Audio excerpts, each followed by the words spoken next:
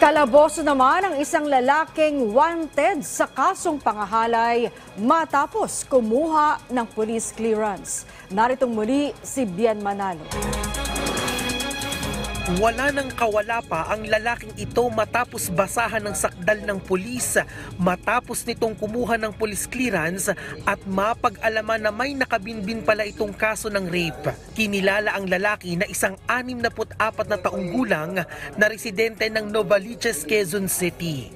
Ayon sa mga pulis, sospek ang lalaki sa umano'y pangahalay sa pamangkin ng kanyang dating kinakasama. Nag-start to sa sa Baguio City, dated January 2019. Pamangkin ng kanyang live-in partner na inaya daw siya na ibigyan niya ng massage kasi nga raw masakit daw katawan nitong minor victim natin.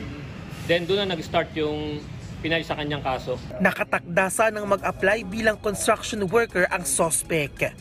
Posible rin umanong nagtago ito dahil mahigit 4 na taon na ang nakalilipas ng isampa ang kaso. Sa tagal ng taon ng paghahanap, saka bakit siya umalis doon sa Baguio City, tapos dito pa siya nag-apply. Mariin namang pinabulaanan ng sospek ang akusasyon laban sa kanya. Wala pong katotohanan pangahalay, wala pong naganap na pangahalay. Wala po akong alam kasi nung nag-away kami nung kalibin ko, umalis na po ako ng bayan. Nakapiit na ang sospek sa QCPD Station for Custodial Facility at nahaharap sa kasong rape through sexual assault. Bien Manalo para sa bayan.